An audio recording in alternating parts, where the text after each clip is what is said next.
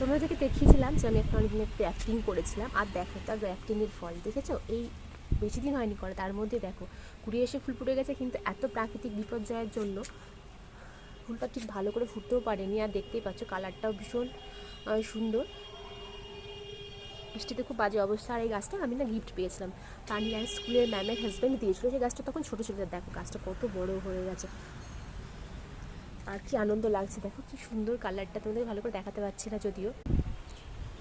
আর দেখো ওই বৃষ্টির ফলে কি অবস্থা, আমার সব এত গাছে ফুল এসেছিলো আর কুড়ি এসেছিলো, সব বৃষ্টিতে শেষ হয়ে গেল।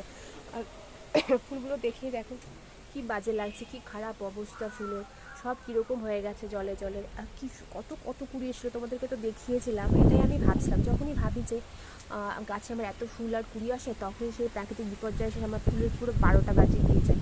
খারাপ লাগছে, কিন্তু কিছু করার নেই, কারণ প্রাকৃতিককে তো আমরা পেরে উঠবো না, সেটা